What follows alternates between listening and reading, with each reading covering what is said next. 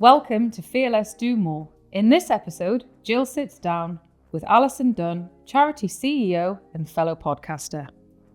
I was listening to something on Radio 4 recently that said that there's about 400 four-day working week employers in England at the minute. It's not huge, but I do think this is the future of work. And I think eventually everybody will be doing a version of this. You know, we have to use our voice for those who are most vulnerable. And my goodness me, the world right now, there's no excuse for hiding. And that was another moment of feeling anger, frustration, injustice, and wanting to do something about it.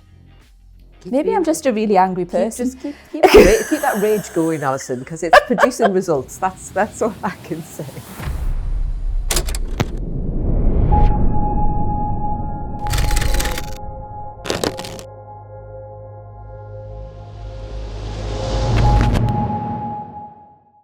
Hi, Alison. Thank you for joining me this morning. You're very welcome, Gill. Thanks for having me.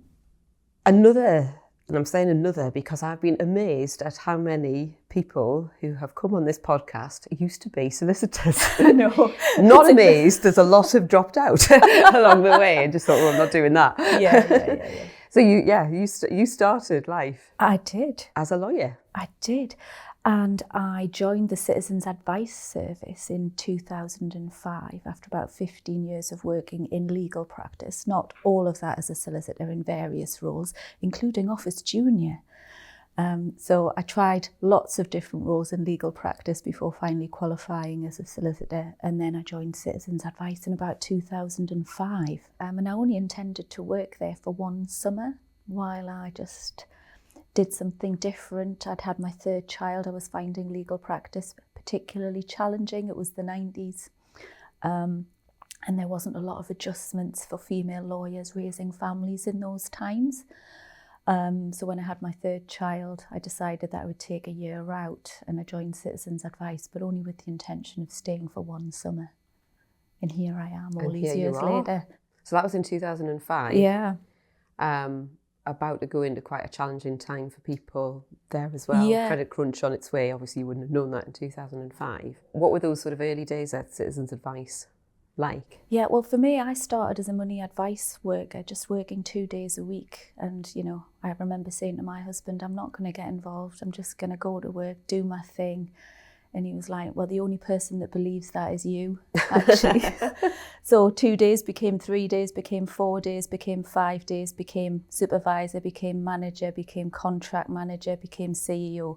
So in 2011, I took over as the CEO of Citizens Advice Gateshead at a time when the world was in a state of disarray. So we had the property crash in 2008. And around that time, my predecessor had procured a new building, a new advice centre, which was a perfectly reasonable thing to do around that time. Everyone was investing in property. Money was freely available for building. And on paper, it was a good move. But of course, everything changed. And that property crash plunged the organisation into the brink of liquidation. So my first day as CEO in 2011, I had a High Court bailiff in reception. So being a lawyer is probably the reason why I got the job, because I had done some insolvency stuff.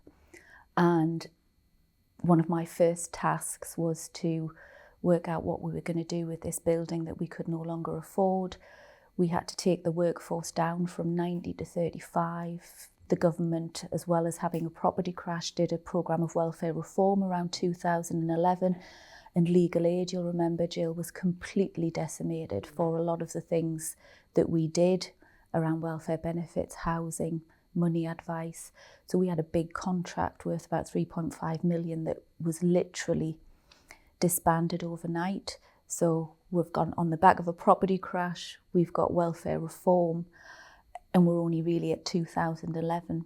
Following that, we've had austerity, we've had COVID, we've had a cost of living crisis, and now we're in this real sort of shifting sands of geopolitical disruption that's happening across the world. So a bit of a baptism of fire into the role, but then probably stood you in pretty good stead for the coming years, because it has been, as you say, it's been turbulent over the last it's 15 years nearly that you've been in role. What do you think you as a leader have learned during that time about leading? Oh, so very much. So when I first started in the role in 2011, I'll be honest, it was very much a sort of a performance management style of leading, a lot more stick than carrot. Whereas you realise over time that might help you to win the battle, but you never win the war with that approach. And, you know, over the time that I've led the organisation, I've spent a lot of time developing myself and my skills and those around me. And the style is now much more collaborative. But of course, you should never comment yourself on your style. You'd have to ask the team what it's really like. And are those skills that you have just had to learn on the job, or how have you learned that? Have you had mentors? Have you had training courses? I've had all sorts of things actually. I've been very, very fortunate that I have a board that gives me just the right amount of challenge and support. And they've always said that, you know, time for personal development is part of my job, actually. So I've been a member of Vistage, which is a peer support business to business sort of peer development group, which has been very, very useful for me. Because as a voluntary sector organisation, it's allowed me to learn from others in the private sector, in the public sector, in FTSE 100 organisations, and it's given me access to leaders that I wouldn't necessarily see as a third sector leader, so that's been really useful. I've also had a coach over the years from time to time when there's been something particularly challenging that I've had to deal with, but also surrounding yourself with great people, actually. And just being really clear about those people that serve you and those that don't. Yeah, I think as you get older, you learn to be a little bit more selective about who you spend your time with. And people that bring something to your life. Those that give you energy as opposed to take your energy is really important. And I've been very, very fortunate that I've met some great people over the years who have seen something in me and chosen to invest in me or to befriend me or to help me, yourself included. You know, there's some really fantastic people out there. And actually, when you ask for help, people are usually very glad to have been asked. I can't remember a time when I've ever been refused a bit of help. And I try never to refuse others when they ask me for help. Yeah. So it's been a rocky time, obviously, but you've obviously done a good job because you're not 35 people anymore. No, we're 250 people. Exactly. And you're delivering a huge amount of value into our communities, particularly around the financial support things. Can you tell us about some of your successes, some of the things you're really proud of, what the organisation's done? Yeah, so we now deliver services not just in Gateshead, but we deliver services regionally for the combined authority. We are supporting them with the delivery of the Child Poverty Prevention Programme through the Advice at the School Gates project, but also by working with employers to help them understand that there is in-work poverty in their organisations. And that's not an easy thing to do because employers don't always want to recognise that there are people in their organisations who are experiencing poverty. So that has to be done very carefully. But that's been a region-wide programme, which has been very, very successful. And we're delivering services nationally as well. So we deliver telephone services, digital services for the Ministry of Justice. We deliver the witness service, contact centre we deliver the consumer service for the Department of Business, Energy and Industrial Strategy. We deliver a discrimination hotline for the Legal Aid Agency. So we've become a very professional organisation that has been able to competitively tender for some quite high profile national contracts. And we use the profit that we make from that work, which is a much more sort of private sector type endeavour, to be able to deliver the stuff that we want to deliver locally. And I mean, Citizens Advice has always been, you know, as a lawyer, I've always been aware of it because it's somewhere that you could refer people to. Do you still take quite a lot of people off the street walking through the doors? Yeah. We are a drop-in service. Now, the thing with Citizens Advice is, although everyone will recognise the brand, we're all independent businesses and people don't always realise that. So what I'm talking about, you may or may not get at your local Citizens Advice. Okay. It depends on, where you are. They'll be doing some other really great innovative things that we might not be doing, but certainly we still take drop-in. And we're actually open 7 days a week. And that's, you asked me what I'm proud of. That is one of the things that I'm incredibly proud of. To my knowledge, we are the only Citizens Advice that is open 7 days a week. So you can also drop in to see us on a Saturday and Sunday between 10 and 4. And that's a really, really great initiative. And actually it was born out of a 4-day working week initiative that we did, which is sort of counterintuitive. I was going to say that. You say you're available 7 days a week, but I know that one of the things that I've been really interested in what you've managed to do is you've been able to go to a 4-day working week. Yeah. So has working 7 days a week made that easier? I think that it has actually, because, we get a degree of flexibility from our staff that perhaps wasn't present before. So the 4-day working week, again, you have to be really clear about what you're talking about because it means different things to different people. So it's some people for a 4-day working week is condensed hours, where they're still working 37 hours over 4 days. That's not our model. Our model is that assuming that you can maintain 100% of productivity, you will get 100% of your pay by providing us with 80% of your labour time. So the rub is you have to be able to do 5 days work in 4, and that brings some pressures. But if you can manage to find ways to do that by using innovation, technology, new ways of working, different ways of collaborating, then you can get your 5th day off. But if you can't, you do need to work the 5th day. So are different people on different patterns within the organisation? Yeah. How did you sort of start those conversations, and how well received were they? It was a really strange one, because you'd think that people would be like really enthusiastic about the prospect of working 4 days for 5 days pay. And there was a cohort that was, but there were some that were very suspicious of it. There were some that were ideologically opposed to it, because as I've just described, for 15 years we've been dealing with one crisis after another, and the feeling was that if we can do more, we should just do more right up to the wire on the 5th day. And I have some sympathy for that point of view, but we're also dealing with really high crisis, highly complex, very emotive issues. And our staff are not immune from the challenges of the world either. They're not hugely well paid. This is something that you do because you have a passion for it, because you have a values match, but they're also dealing with a cost of living crisis. They're also dealing with COVID. They're also dealing with rising housing prices. They're also dealing with caring for relatives, for young children.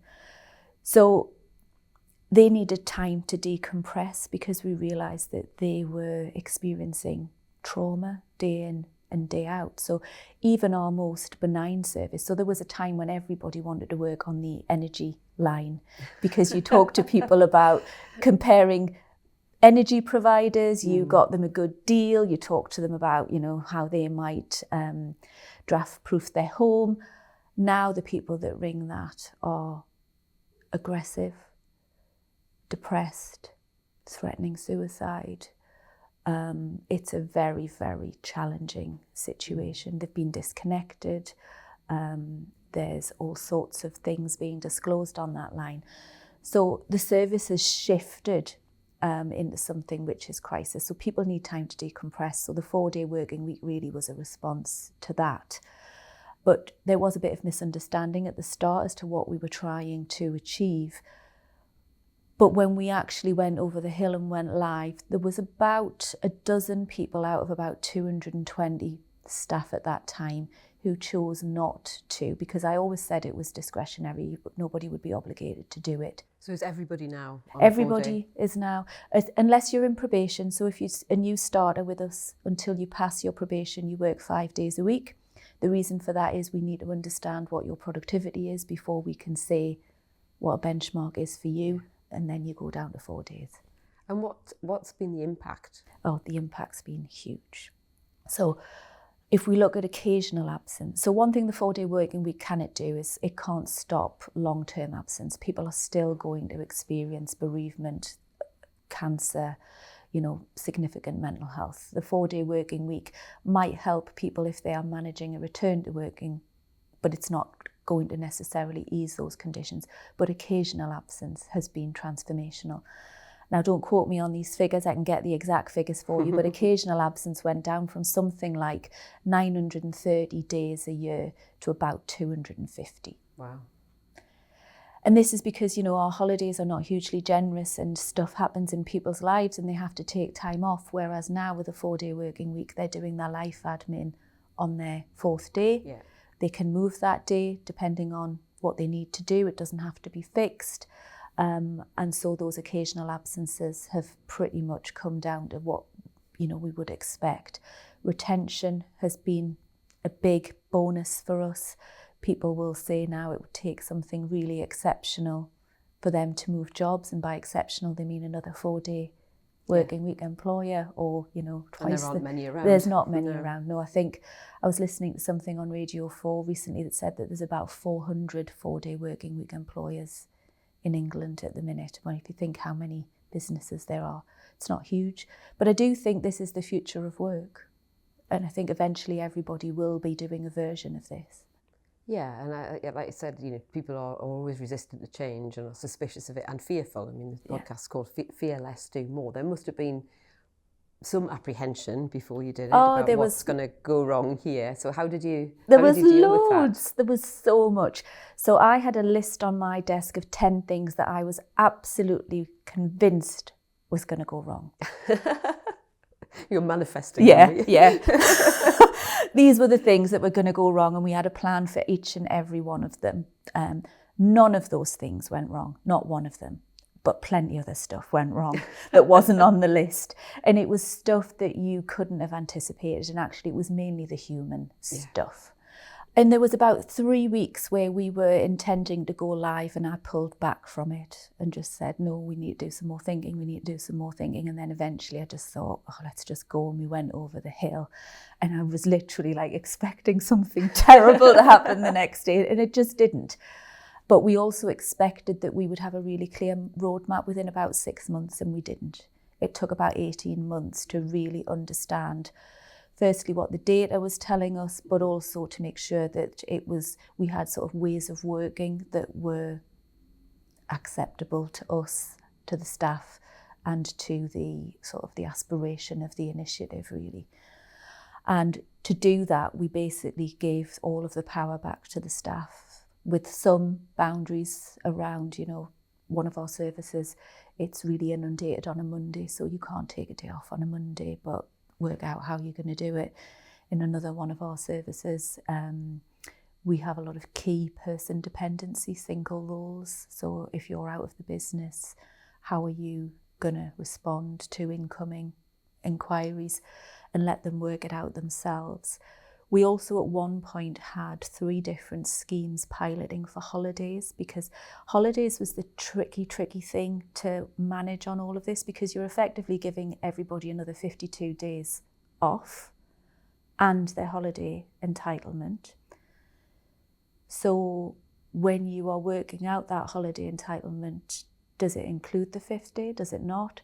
So we, for quite a while into the pilot, had 3 different systems running where we were trying to understand where we were going to come down on a policy position for that.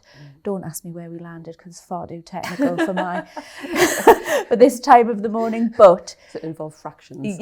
Yeah, algebra. But, yeah. Don't bother with me then, because. But it did mean that people were looking across the organisation and maybe seeing something a little bit more generous over there, or maybe looking across there and thinking, well, I want a bit of that, or. And it required the staff to sort of come with us on a journey of learning and forgiveness, because stuff went wrong. But one of the things that I really like about the way that you're talking about this is that it was a collective. Yeah. And one of the things I think is really important as a leader is that you there are times when you have to be directive, and there are times when you have to lead in a particular way. But what I've always found is you get the best out of people if you involve them in the decision making. And what I really like about where you're talking about this is that this was a time when you were very vulnerable, and you said, I don't know all the answers, and you said, look, we can do this, and we can do this better if everybody collaborates together. And you obviously were flexible and inclusive in the way that you got that. And I think it's a really good illustration of the power of having diversity in your decision making. But with 250 people, how did you manage that process so it didn't just become a chaotic noise? So we had sort of champions in each area of the business that were sort of our primary points of contact. And we developed all sorts of communication tools. There was a 4-day working week SharePoint site that had tools on. We did lots of videos of the staff telling their colleagues how they were making the productivity gains. There was lots of workforce development, so there was all sorts of digital initiatives brought in, which I'm still learning, where there was sort of, show and tells, lunch and learns, so that people could experience it. We started using a little bit of sort of AI, so minutes of meetings would be taken with artificial intelligence. We started recording meetings, so if a meeting happened on a day when you couldn't get to a meeting, that would be shared. And there was lots and lots of sort of shared learning and celebrating. And we also did a lot of stuff where people were telling us what they were doing on their day off, which was really nice. So some people were turning their hobbies into little side hustles. So one lady who makes the most amazing cakes turned that into a business, and she was going to flea markets at a weekend. Somebody else had picked up learning an instrument and had joined a band, and it was Positivity. really nice for people to hear that. Mind, I did get some hate mail from the public. From the public? Yes, yeah. Again, driven by a lack of understanding as to what we were trying to do, because their perception of it was that we were closed one day a week at a time when the country really needed the service. But it was harsh. Yeah. And how do you deal with that? Because I mean, you're very outspoken about your views about society, and because you're at the sharp end of it a lot of the time, but you do get a lot of I suppose you would call it trolling. I do get a lot of trolling. you and Meghan Markle. There you go. How do you deal with it? Fear Less, Do More is brought to you by the team at Square One Law. If you're enjoying this episode, hit follow or subscribe. It really helps us out, and it means that you won't miss out on any future episodes. We have some great fearless guests that leave you feeling really inspired. And if you think someone else would enjoy it too, feel free to pass it on, whether that's a mate, a colleague, or someone in your network. Thanks for listening. Now back to the conversation. But you do get a lot of, I suppose you would call it trolling. I do get a lot of trolling. you and Meghan Markle. There you go. How do you deal with it? I mean, in relation to the 4-day working week, I always knew that the goal was to open 7 days a week. So really, we didn't respond to it. We just take the opportunities to speak publicly like this, so that people understand what we are doing. And the 4-day working week was about, first and foremost, making sure that our staff have a good life and can decompress from the trauma that they're experiencing. It was about being a good employer, and it was about moving to a 7-day opening service. So morally, we were absolutely doing the right thing. Some of the other stuff about society, I'll be honest, sometimes that's really tough. And depending on the severity of it, it can make you think sometimes, is it worth it? But then when you go back into your working environment and you see the challenges that people are facing, you see the way that people are treated, you see the hate, the discrimination, the unfairness of a system that is absolutely stacked against them. I'm not saying that my life has been easy. I left school at 16 with no qualifications, but I also know that I have a huge amount of privilege. I'm a white woman, educated, been employed my whole life. So I have a huge amount of privilege. I also have the platform that Citizens Advice gives me. and you sort of have a duty to use it for good. So as hurtful as it is, and sometimes it can also be a bit frightening depending on the severity of it, you know, I might retrench for a day or two, but I get back on the horse, draw the sword again, and off I go, because, you know, we have to use our voice for those who are most vulnerable. And my goodness me, the world right now, there's no excuse for hiding. Absolutely. I think, you know, and I'm really thankful that we've got people like you who are willing to put their heads above the parapet.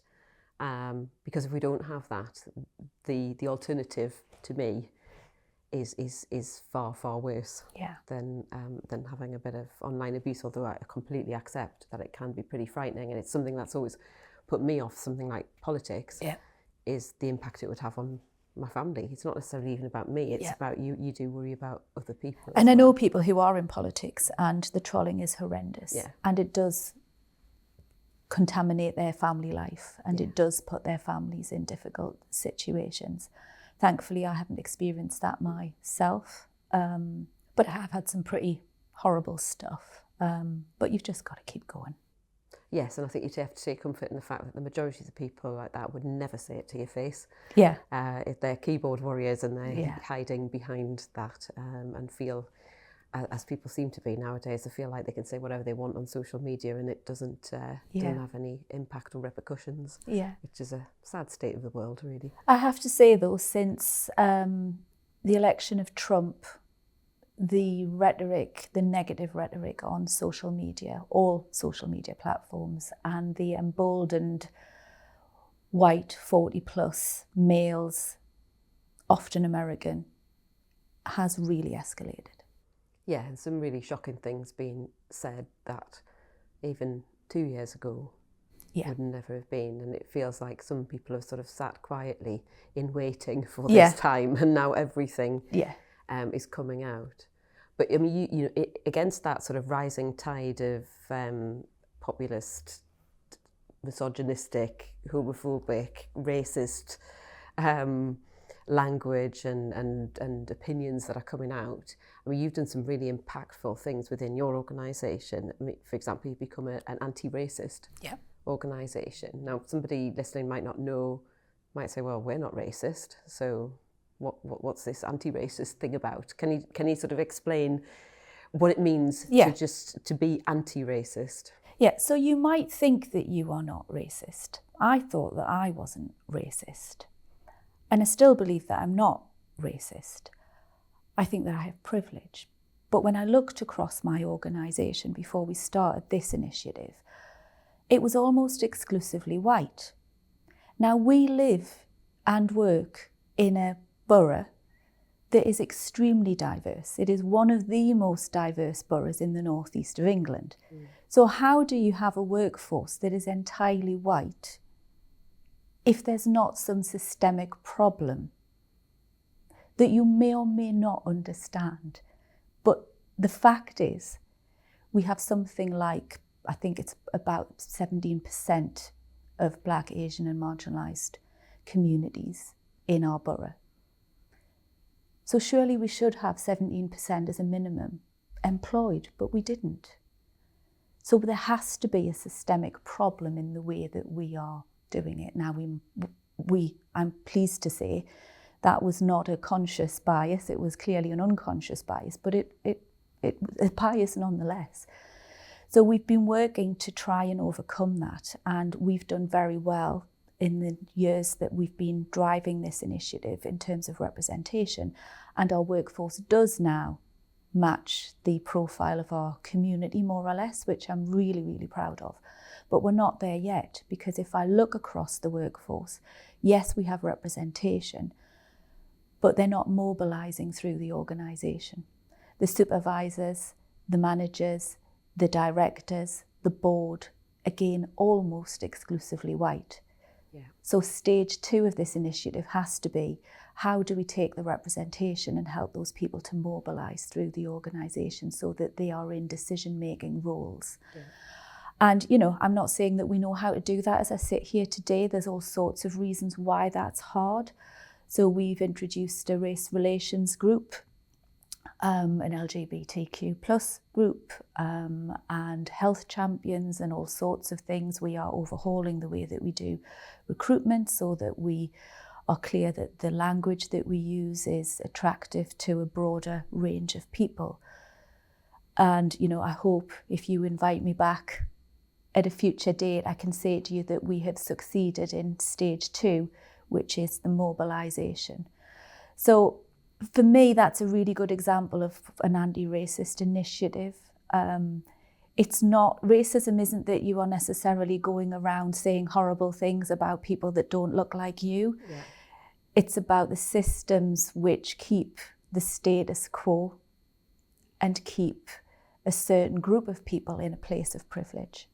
And how well was, so that, you know, that's quite a disruptive process, yeah, looking at the actual structures. There's lots that you can do around increasing representation if you sort of put a bit of effort into, yeah, recruitment, things like that. But that, what you're talking about is sort of systemic structural change within the organisation. And one of the things, we're talking about online rhetoric, and one of the things I've noticed, there's a lot of pushback now, an increasing narrative about the white 40-plus man feeling alienated, not, yep, feeling included, and, yep, being discriminated against. And did you get any of that sort of pushback with that around, well, this is all about other people, not what about us? I did get some pushback about, why are you highlighting race when there are other protected characteristics? Surely we should just be seeking to work to enhance all protected groups of people. And I think that, you know, I understand why people feel like that. But my pushback to them was, you know, this was a conversation amongst a group of white people. Yeah. We didn't have any person of colour in our number. We do have people in our number who are disabled, who would identify as gay, who would identify as a carer, or, you know, all of the other protected characteristics. So we're doing all right there, but we're not doing all right in terms of the mobilisation of people of colour. And it's a difficult one, isn't it? Because you can't put the onus on the marginalised group of people, yeah, for them to solve the problem. Yeah, yeah. Because that happens too often, doesn't, yeah, it? It's like, oh, we'll set up a LGBTQ group or a, you know, an Asian group or whatever. Yeah. But then it's headed by, it is run by those people, and they have to, yeah, tell everybody else in the organisation how, yeah, things are going to be. Yeah. So there's a real difficult balance there, because you equally don't want to be, yeah, a white privileged person, yeah, sitting saying, well, this is what we're going to do for you, yeah, black person there, yeah, that's what's going to happen for you. Absolutely. So it's that engagement piece, and I think that's where your leadership skills have really got to come into the fore, in terms of making sure that all the managers understand and are engaged. So it's got to be an ongoing programme, this, of development for everybody, really. Yeah. And, you know, like I say, as I sit here today, I'm not entirely sure how we're going to do it, but we're just about to launch a new strategic statement of intent. And for the first time, although I've been talking as a leader about the aspiration to be an anti-racist organisation, it will actually be in our strategic statement of intent. And we will be working on a plan to, you know, to get us there. But regardless of how well we do, the system as a whole needs to change, because we're, yeah, one tiny, tiny little cog. And the changes that we have seen at a geopolitical level are making that really hard, because we've had this whole dialogue around merit-based recruitment, which just makes my head want to spin off. Like, you know, if you talk to any black woman, for example, you know, she will say, I'm sure, that to be acknowledged, she's working twice as hard as everybody else. So the idea that she's not there based on merit is really quite offensive. Yeah, and I think you just need to, you know, look back at history, and I think we've all come across fairly mediocre men in very senior positions, yeah, who clearly did not get the job through merit at all. So yeah, I think, as you said, it's a bit of a difficult scenario at the moment, but I think it's really important that we've got exemplars of how things can be done, and can be done really positively for the benefit of everybody in the organisation, because I think that's another really important thing. It's not just about benefiting a marginalised group. The organisation and everybody in it benefits as a result. Of course they do. You know, there is shed loads of research out there that tells us that when societies are more equitable, everybody benefits. You know, everybody benefits. Quality of life is better, levels of happiness are better, crime goes down, domestic violence goes down, educational attainment is, you know, improved. All the stats is there, all the evidence is there. So what, you know, you've obviously got this huge passion, which has been sort of brought to life really by accident, because you joined an organisation on a 2-day-a-week temporary basis, and it's now become your sort of life's passion. And I know you're doing a master's at the moment that sort of complements what you're doing as well. Where's that passion going to take you next? Oh, where's that passion going to take me next? Do you know what? I have had a great career. I've done all sorts of things. I've been really, really lucky. I've worked in the private sector. I've worked in the third sector. I'm working in the public sector as well, supporting Gateshead Council with their poverty initiative. I don't have any personal aspiration for success, but I do have aspiration for society to be better. So I'm probably just going to continue being a bit of a troublemaker on the side. Good. I like a bit of disruption. That's good. Bit of an agitator. Yeah, I'll maybe get a bit louder, but you know, I'm very satisfied with what I've achieved. I've got a really clear vision for where I'm taking the organisation. I'm very fortunate to be able to influence what's happening in local government, and that's okay. And you have a podcast. I do. I have a podcast as well. So tell us about the podcast. So it's called This is the North, and it is about the health, wealth and opportunity disparity between the north of England and the south of England. You'll know. What, you mean there's a north-south divide? There is a north-south divide. There's a lot of wealth in the south, a lot of opportunity in the south, and their health is better. They live longer than we do. They have more opportunity than we do. They earn more money than we do. Their education attainment is better than ours. So some of it's about highlighting those disparities and the injustice of it. But, you know, I wouldn't want people to think that it was all doom and gloom. A lot of it is about celebrating the assets, resources, the people, the heritage, all of the good things that are happening in the north. And I've been, you know, very fortunate to have some really great conversations. And people always ask me this, and I know it's an impossible question to ask. Who's your favourite guest that you've had on your podcast? Oh, it is an impossible. I think one of the really good episodes that I enjoyed, I did an episode about Northern identity. And Steve Beryl of the Newcastle United Foundation, Charlie Charlton from Helix, and Dan Jackson, who was the author of The Northumbrians, they created such a great episode that was full of sort of Dan's historical statistics and stories of old, full of Steve's sort of passion for sport and the difference that can make in the region, and the links between sort of our identity and the football club, and then Charlie Charlton really championing us to stop thinking about the North as a place that is a larger version of Geordie Shore, you know, really making us focus on all of the great things that were happening.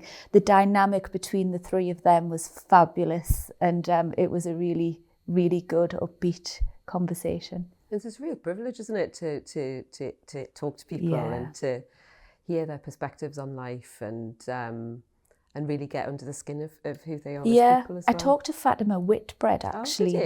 For her autograph. Yeah, she's amazing.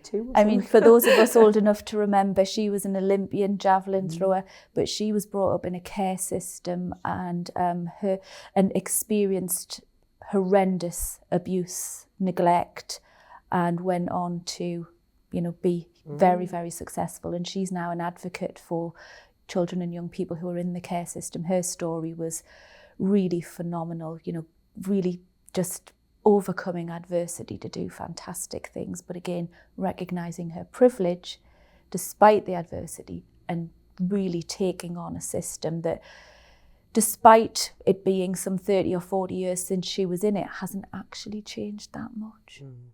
So is she from the northeast? No, but she is advocating all across the land and was really interested. We have a lot of children in care. Mm-hmm.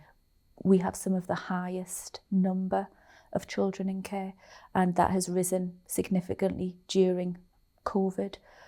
So the conversation was really about the northeast care system and her perspective on how she had experienced it. I mean, you started life yourself, as you said, you left school with no qualifications. Very easily, your life could have taken a different route. So what was it that transformed that 16-year-old girl leaving school with no qualifications into the chief exec of a large organisation in the northeast? Well, it might surprise you to know, Gill, that I've always been a bit of a talker. And I bagged this role as an office junior in a firm of solicitors despite not having any real qualifications. I will admit now that I probably told a few little fibs in that interview, but got the job nonetheless. But I remember within the first couple of weeks of starting that role, a physical feeling of anger and frustration that they were ordinary people, because I'd been led to believe that people that worked in law firms were all privately educated, and that was beyond me. And actually some of them were fools. Some of them were really clever. You're saying that in the past tense, I can assure you. In the present day, that's still the same. Yeah, so I was furious to discover that they weren't all Oxford educated and realised that I had made a terrible mistake. So I started that job in the May, and I went in the September, enrolled in night school and got my GCSEs, got my A-levels, persuaded them to put me through an open university type qualification. And I qualified as a fellow of the Institute of Legal Executives, which meant that I then didn't need a training contract because you had on the job experience, and qualified as a lawyer through that route. But you asked me what transformed me. It was a feeling of injustice, anger, frustration, and a realisation that actually, anybody can do it if they put their mind to it. And that I think that's the interesting thing around your story, is that feeling of injustice, and it must be quite difficult for you, if you feel that so passionately, but that's actually driven some really positive action for you all the way through your life from a personal point of view, but now obviously on a broader societal basis. When I joined Citizens Advice, I had a similar experience, because I joined Citizens Advice and I realised that all through my law training and my legal practice, nobody had ever spoken to me about the reason why somebody might have shoplifted, about why somebody might have been even the perpetrator of domestic violence, not even the victim, but the perpetrator because of adverse childhood experiences that they may have had themselves. Nobody spoke to me about some of the triggers for addiction. I had spent a lifetime processing people through a legal system without understanding the social issues that often drove people into that system. Yeah. And that was another moment of feeling anger, frustration, injustice, and wanting to do something about it. Maybe I'm just a really angry person. Keep that rage going, Alison, because it's producing results. That's all I can say. So outside of your day job, to dissipate the rage, what sort of things do you get up to? Well, I don't know if it dissipates the rage, but I do kickboxing. But maybe that's just another really angry thing to do. I can see the connection there. Yeah. So I do a lot of reading. I'm a bookworm. I always have a book in my hand. I always have a book in my bag, every opportunity. What's in your bag today? Oh, something about public health, because since I've started this master's, there's not been a lot of time for social reading. So this one's about how to create new public health initiatives, but there's always a book to hand. I love the classics. Jane Austen is a favourite author. So I enjoy physical activity, but I don't enjoy team sports. I just like to do it on my own terms, in my own way. I like to read and I love to be outdoors, but I've also got a grandson now. I know, that's something I was going to ask you about. Yeah. And you have a lovely relationship with your grandson, and I think he has a special name for you. Oh yes, am I allowed to swear? Yeah. He calls me fucking grandma. Now that might sound a bit unusual. Yes. That to people. Do you want to give a bit of context to why he called you that? Yeah, so my grandson has some complex needs. He has autism, he has ADHD, he has, up until he was about 5, he was probably described as non-verbal. I think now I would describe him as having communication challenges because he has clearly learnt some words.